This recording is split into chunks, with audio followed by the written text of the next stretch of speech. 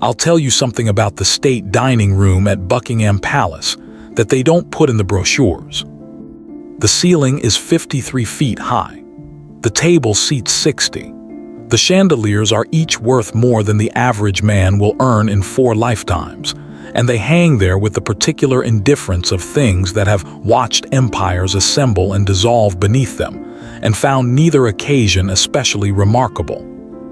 I know this room the way a surgeon knows a body he has operated on repeatedly, not with wonder, with familiarity, with the specific, bone-deep knowledge of a man who has stood at its east wall for 11 years and watched things happen inside it that the official record will never quite capture.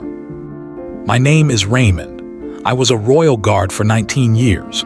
8 of those years I spent in ceremonial postings, the kind where you stand very still and look serious while tourists photograph you from 3 feet away like you are an unusually convincing waxwork. The other 11 I spent inside. Doors, corridors, reception rooms. The working interior of an institution so old it has forgotten more protocol than most governments have ever invented. I am telling you about one particular day. Commonwealth Heads of Government Reception. June. The kind of London June that cannot decide if it is summer or just a warm version of March. The sky the color of old pewter, the air sitting thick and humid against the palace windows like it had somewhere to be and couldn't get out. The reception was scheduled for 2 in the afternoon. I arrived at the state dining room at noon. Gerald was already there. This requires some explanation. Gerald was not a guard. Gerald was not military, not police, not any category of person whose presence at noon in a room that wouldn't be used until 2 would make immediate sense. Gerald was a protocol officer, junior grade, technically, though he would have disputed the word junior with the specific energy of a man who has disputed it many times before and found the disputing itself more satisfying than any resolution. His full title was Assistant Deputy Coordinator of Ceremonial Precedence, which is the kind of title that exists in institutions old enough to have developed their own internal weather systems. It meant in practice that Gerald was responsible for ensuring that the correct people sat in the correct chairs in the correct order of seniority, and that no breach of precedence occurred that might cause a diplomatic incident, a formal complaint, or, and this was Gerald's personal nightmare, the one he woke from at 3 in the morning with his heart going, the wrong person being accidentally deferred to by a senior official who had misread the room. Gerald believed in protocol the way other men believe in God, not metaphorically, with genuine reverence, with the conviction that the rules were not arbitrary but load-bearing, that if you removed them, something structural would collapse, something invisible and essential, and the whole edifice of civilized international relations would come down around everyone's ears like a chandelier whose chain had quietly been rusting for years. I did not share this conviction, but I respected it. 19 years in royal service teaches you to respect the convictions of people whose job it is to care about things you don't, because the alternative is a kind of institutional chaos that is worse than the thing they're preventing, even when the thing they're preventing is largely imaginary. What Gerald was doing at noon, 2 hours before the reception, was measuring. Not metaphorically. He had a tape measure, brass-tipped, the kind a tailor uses, and he was crouched at the head of the 60-seat table, running it from the edge of chair number 1, the chair closest to where the most senior Commonwealth representative would be seated, to the edge of chair number 2, and then from chair number 2 to chair number 3, recording the distances in a small leather notebook with a mechanical pencil. I stood at the east wall and watched him for a moment. "Gerald," I said. He didn't look up. "Raymond." "What are you doing?" "Verifying proximity ratios." "The chairs are where they were yesterday." "The chairs," Gerald said, standing, brushing his trouser knee, "are where they were yesterday pending the activities of the morning housekeeping staff, whose relationship with precision I would characterize as aspirational." He was not wrong about the housekeeping staff, but I decided not to say so. The table had been set by 11, 60 place settings, each one positioned with the mechanical exactitude that the palace housekeeping team actually did maintain when they were paying attention, which was most of the time, which Gerald would never acknowledge because acknowledging it would reduce his justification for being here at noon with a tape measure. The name cards were in 60 small white rectangles in brass holders, each one carrying a name and a title and a nation, arranged in the precise order that Gerald had submitted 3 weeks ago in a 14-page document titled Precedence Framework. Commonwealth Reception June, Revised Final Draft V7. Version 7. I had seen version 1 through 6. Each revision had been triggered by a new piece of information. A delegate's title had changed. A nation's representative had been upgraded. A seating adjacency had been identified as potentially sensitive given a bilateral dispute that Gerald had read about in a Foreign Office briefing. He was not, technically, supposed to have access to, but did because Gerald had the institutional equivalent of a skeleton key, which was the particular combination of low enough rank to be ignored and high enough persistence to end up in rooms he wasn't invited to. Version 7 had been submitted with a covering note that read, in full, "This version is final. Any further amendments will require a formal precedence review panel and cannot be accommodated within the current timeline." G. 3 people had responded to that note, 2 of them to say they hadn't asked for any amendments, 1 to ask who Gerald was. I had read this exchange because Gerald had shown it to me, in the tone of a man sharing evidence of persecution. The first steward arrived at 12:40. Young man. New. The kind of new that hasn't yet learned that in this building you move as though the floor might have opinions about how you walk on it. He came through the service door with a trolley of water glasses, navigated the gap between the table and the sideboard, and clipped chair number 7 with the trolley wheel. 3 inches, maybe 4. The chair moved left. The sound it made on the parquet was a sound I will describe as a whisper, because it was quiet and because it was the beginning of something. Gerald heard it. Gerald was at the far end of the room. He turned. He looked at chair number 7. He looked at the name card in the brass holder on the table in front of chair number 7. He looked at the chair that was now 3 to 4 inches closer to chair number 6 than it had been. He opened his notebook. I watched his pencil move. He was recalculating proximity ratios. The steward, unaware that he had just altered the implicit hierarchy of a 60-person Commonwealth reception, finished placing the water glasses and left. Gerald walked to chair number 7, looked at it, looked at chair number 6, which belonged to the Deputy High Commissioner of a nation I won't name because Gerald would name it in his notebook and cross-reference it with 3 paragraphs of precedence analysis, and I am not Gerald. He made a note. He did not move the chair back. Gerald, I said, move the chair back. I can't. You have a tape measure. Moving it now would introduce a correction variable. The housekeeping staff may have repositioned other chairs by micro-increments I haven't yet verified. If I move this one back without auditing the others, I'm creating a false baseline. I looked at him for a moment. The chair, I said, is 4 inches to the left. 3.7, Gerald said. I stood at the east wall and I thought about my pension, which I would receive in 4 years, and I said nothing else. The delegates began arriving at 1:30. This is the thing about a Commonwealth heads of government reception that you have to understand if you want to understand what happened next. The room does not fill the way a normal room fills, where people come in and find a space and occupy it.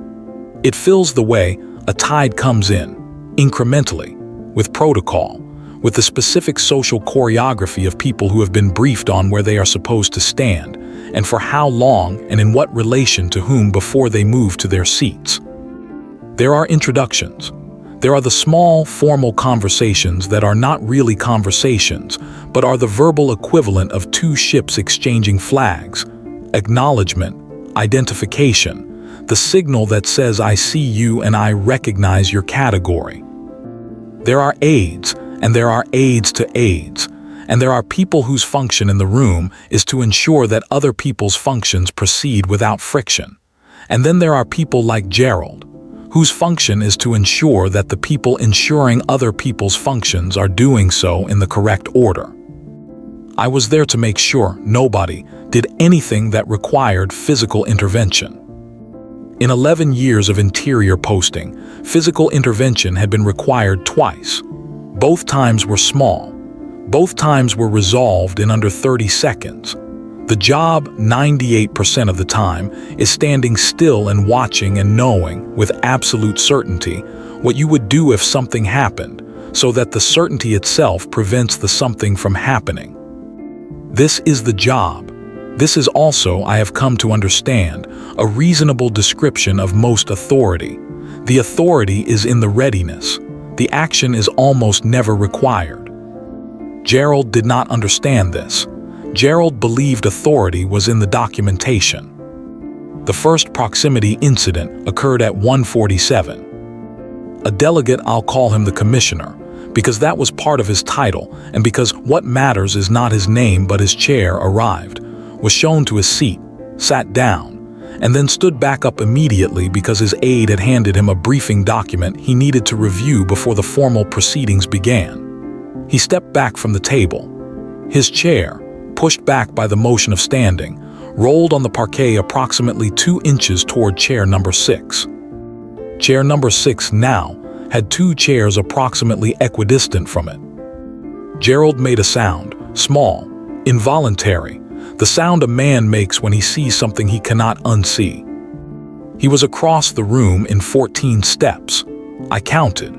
He stood behind the commissioner's chair and looked at the spacing, and then looked at the name card to the left, and then looked at his notebook, and then looked at me with the expression of a man who has just found a load-bearing error in a calculation he submitted as final. The commissioner, Gerald said to me quietly, is now in a position of equivalent proximity to the deputy director as the assistant secretary general. Gerald, I said, they cannot both be senior. They're not both claiming to be senior. They're standing by their chairs reading briefing documents. The room is claiming it, Gerald said. I looked at him. The room, I said, is not a legal instrument. Gerald wrote something in his notebook. His expression was the expression of a man filing evidence. By 2:15, Gerald had revised the de facto hierarchy of the room 4 times. I know this because he told me each time. He came to the east wall with his notebook open and delivered each update in the tone of a field commander revising troop positions. The commissioner was senior. No, the adjustment of Chair 11 had made the parliamentary secretary equivalent.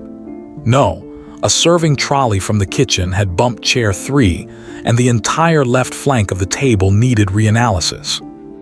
I saluted, as required by my posting, whoever Gerald currently identified as the senior figure in my quadrant of the room. At 2:23, I saluted a waiter. Not intentionally. The waiter had been standing adjacent to chair number 2, the temporarily vacant seat of a delegate who had stepped out, for approximately 40 seconds, which was long enough for Gerald to have noted the proximity, recalculated, and informed me, in a whispered revision delivered to my left ear, that for the purposes of the current moment, the individual nearest chair 2 held implicit precedence in my sector. The waiter's name, I later learned, was Thomas. He was 19. He had been working palace receptions for 3 weeks. When I saluted him, he went very still, looked at me, looked at the ceiling, and then very carefully continued pouring water as though the salute had not happened, with the specific dignity of a young man deciding that some things are better processed after the shift ends. Gerald did not notice. Gerald was recalculating chair 11. The thing about watching a system come apart is that it doesn't come apart loudly. It comes apart the way the parquet shifts under 30 years of foot traffic, microscopically, incrementally, each small displacement so minor that no individual moment looks like failure. It is only when you look at the whole floor that you see the pattern of where the weight has been and where it hasn't, and understand that the surface is no longer what it was designed to be. Gerald's system was coming apart in this way. By 2:40, he had identified 7 different individuals as the current senior authority in the room, depending on which quadrant he was analyzing and which chair had most recently migrated. His notebook, which had begun the day with the neat mechanical pencil columns of a man in control, had developed the quality of a document being revised faster than it could be organized. Pages turned back, annotations in margins, small arrows connecting observations across 3 pages simultaneously.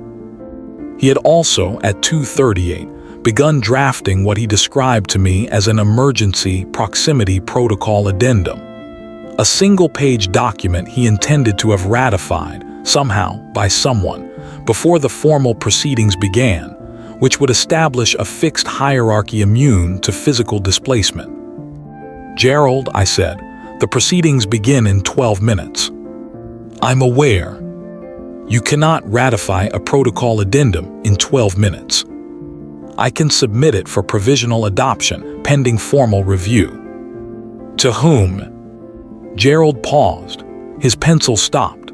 This was, I understood, the question he had been not asking himself for approximately 20 minutes, because the answer to it was the crack in the entire structure. The place where Gerald's system met the thing Gerald's system could not account for. "To whom, in a room where the authority kept moving, do you submit a document about authority?" He started writing again. He didn't answer me. The high-ranking delegates arrived at 2:45. This is where the room changed register, not loudly. The room never changes loudly, that is not what the room is for. But there is a pressure shift that happens when the people a room was actually built for finally enter it, the way a concert hall changes when the orchestra stops tuning and the conductor lifts the baton. The air organizes itself differently. The conversations drop half a register. The aides find the walls. Gerald's head came up from his notebook. He watched the arrivals. Secretary generals and high commissioners and ministers plenipotentiary, each one accompanied by their correct aide, moving to their correct seats with the ease of people who had been to enough of these that the choreography was automatic. The room was filling correctly. The seating was resolving. Gerald was recalculating the problem, and I watched him identify it in real time, watched his pencil stop and stop again, was Chair 14. Chair 14 had, over the course of the previous 45 minutes, migrated. Not dramatically, not in any single incident that could be identified and addressed. It had migrated through the accumulated micro-displacements of stewards, trolleys, the brushing of coattails, the specific gravitational effect of 60 people in a room that was sized for 60 people, and no more. It had migrated approximately 7 inches to the right, which placed it in a proximity relationship with Chair 13 that Gerald's version 7 framework had not anticipated, and which meant that the delegate now sitting in Chair 14 was, by Gerald's proximity calculus, technically senior to 2 people who were unambiguously his institutional superiors. The delegate in Chair 14 was a man named, I believe, Henderson, a junior parliamentary attaché from a small island nation in the Pacific, whose total land area was smaller than the palace grounds. He was perhaps 30 years old. He had the pleasant, slightly bewildered expression of a man who had been sent to this event because his superior had a scheduling conflict and had not yet realized that this was a room in which bewilderment was not a posture you could maintain for long before someone noticed. Gerald was noticing. "Raymond," Gerald said. He was beside me at the east wall. His voice had the quality of a man reporting a structural emergency to someone he has decided is the closest available authority, even if that authority is technically irrelevant to the emergency. The attaché in 14 is now at equivalent proximity to the head position as the Secretary General of the Pacific Working Group. I see that. They cannot be equivalent. They're not equivalent. One of them is the Secretary General of the Pacific Working Group, and one of them is a junior attaché who is here because his boss had a meeting. The room. Gerald, I turned to look at him. The room is not the authority. The people in the room are the authority. The chairs are furniture. You have spent 3 hours allowing furniture to make decisions that furniture cannot make. Gerald looked at me. His expression was the expression of a man hearing a heresy stated plainly for the first time by someone he had, until this moment, considered a reliable practitioner of orthodoxy. He opened his mouth. The service door opened. Dorothea came in through the service door. Not the main door. The service door, which is on the west wall, which is the door that stewards use and which delegates, in 11 years of my watching this room, had never used, not once, not even by accident, because the service door is clearly marked and clearly positioned, and clearly not the door that delegates use. Dorothea used it. She was small. This is the first thing. Small in the way that certain people are small, not diminished by it, but concentrated by it, as though the usual volume of a person had been compressed into a more efficient form. Gray hair, cut short. A dark blue suit of the kind that costs a great deal precisely because it does not look like it cost a great deal. No aid, no briefing folder, a single pen in her breast pocket, the cap on. She stood in the service doorway for a moment, looked at the room with the expression of someone reviewing a situation they have reviewed many times before and finding it largely consistent with expectations, and then walked not to her assigned seat, which was chair 31, which Gerald had her name card in, but to a chair near the window. Chair 58. Chair 58 was at the far end of the table, near the window, 2 seats from the end, which in Gerald's proximity framework placed it at approximately maximum distance from any position of formal authority. It was, in Gerald's system, the least important chair in the room. She sat in it, placed her pen on the table in front of her, folded her hands. Gerald made the sound again, the small, involuntary one, but this time it was different. This time it was not the sound of a man who has found a calculation error. It was the sound of a man whose entire calculation framework has just been revealed to be solving for the wrong variable. "She's in the wrong seat," he said, to me, to the wall, to the ceiling. That's not her seat is 31, her name card is at 31, she is the deputy secretary of. "Gerald," I said, "she cannot sit in 58. The proximity implications alone." "Gerald." He stopped. "Who is she?" I said, "actually." Gerald looked at his notebook. He found the page. He read it. His pencil stopped moving for the first time in 3 hours. He stopped. "Say it." "She's the chair of the Commonwealth Secretariat Protocol Review Board." Silence. "The body," I said carefully, "that has jurisdiction over ceremonial precedence frameworks." Gerald's notebook slowly lowered. "The body," I continued, "that ratifies protocol documents." The notebook reached his side. "The body to whom you would have submitted your emergency proximity protocol addendum." Gerald said nothing. His mechanical pencil, which had not stopped moving since noon, was still. The formal proceedings began at 3. The room had been settling for the previous 15 minutes, not from any intervention, not from Gerald's recalculations, but from the natural process of 60 people sitting down, and a room doing what a room that has been doing this for 2 centuries knows how to do. The conversations had reached their conclusion. The aides had found their positions. The stewards were at the walls. Gerald was at the west wall.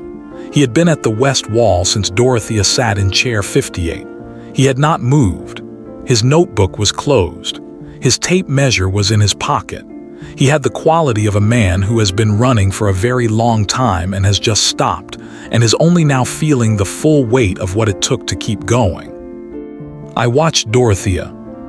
She sat in chair 58 with her pen on the table and her hands folded, and she did not look at anyone in particular, and no one looked at her in any particular way, which is to say she looked like a person of no consequence in a room full of people of consequence. And the room, in its ancient and practiced way, organized itself around the people it recognized as being in the correct places and proceeded. The formalities began: the welcome address, the acknowledgement of represented nations, the procedural motions of an institution that has been doing this long enough that the procedure is no longer bureaucracy, but something closer to liturgy, the spoken form of an agreement that everyone in the room has inherited and is, by their presence, renewing. And then, at some point during the second procedural motion, I could not tell you exactly when, because it happened the way things happen in that room, which is without announcement. The chair of the Commonwealth Secretariat Protocol Review Board was recognized. By the chair of the proceedings, not by a name card, not by a proximity calculation, by recognition, the particular recognition of a room that knows where the weight actually is, regardless of where the chair has been placed. Everyone looked at chair 58. Dorothea unfolded her hands. She did not stand. She did not adjust her position. She picked up her pen, uncapped it, and said, in a voice of the kind that does not need to be loud because it has learned over a long time to be placed, "Let's proceed." 4 words. The room proceeded. I have thought about those 4 words many times since. Not because they were remarkable. They weren't. They were the least remarkable 4 words spoken in that room that day, which is precisely why they worked. There was no authority performed in them. No weight, no signal, no claim. They were the words of someone for whom the question of whether to proceed was so far below the level of things that required management that addressing it at all was a minor generosity. The kind of thing you do not because it is necessary, but because the room needs a sound and you have a voice and it costs you nothing. The chair was still at 58. Nobody moved it back. Gerald left the room at 3:45 when the proceedings moved into closed session and non-essential personnel were excused. He walked past me at the east wall without speaking. His notebook was under his arm. His mechanical pencil was in his pocket. I watched him go. I have known Gerald for 6 years. In those 6 years, I have watched him measure, calculate, annotate, draft, revise, and submit more documentation about the correct arrangement of human beings in rooms than any other person I have encountered in 19 years of royal service. I have watched him be ignored, misidentified, and on one occasion deliberately avoided by a senior official who had learned, through experience, that eye contact with Gerald in the 48 hours before a major event was an invitation to a conversation about proximity ratios. I have also watched Gerald, twice in those 6 years, identify an actual protocol breach before it became a diplomatic incident. Once by noticing a seating error that would have placed 2 representatives from nations in active bilateral dispute in direct adjacency for a 3-hour formal dinner, and once by catching a name card transposition that would have given a head of state the impression that their title had been incorrectly recorded in the official proceedings. Both times he had been correct. Both times his documentation had been the thing that made the correction possible. The chair was furniture. Gerald was not wrong about that. He was wrong about the chair. I finished my posting at 6. The reception had concluded at 5:30. The room was being cleared, stewards moving with the particular efficiency of people who have been standing still for 2 hours and are grateful for the motion, replacing water glasses with the speed of suppressed energy finally released. I did my final check of the east wall, door secure, window latches, the parquet, which had received 60 people and would receive 60 more before the week was out. Chair 58 was where Dorothea had left it. Nobody had moved it. The name card from Chair 31, Gerald's placement, version 7, final, not for further amendment, was still in its brass holder at the position where she was supposed to have been. I looked at both chairs for a moment. Then I walked to the table, picked up the name card from Chair 31, carried it to Chair 58, and placed it in the brass holder there. It was not protocol. There was no version 7 for this.